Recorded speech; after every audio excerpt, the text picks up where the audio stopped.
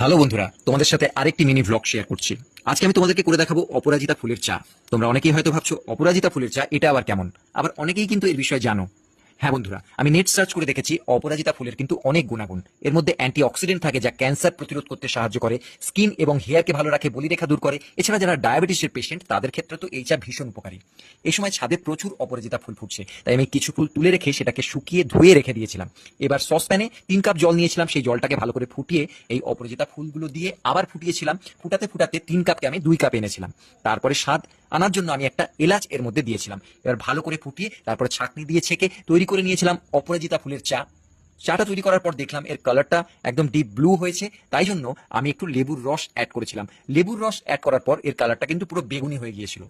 আমি কিন্তু কোনো চিনি অ্যাড করিনি, তোমরা যদি চাও তোমরা চিনি অ্যাড করতেই পারো।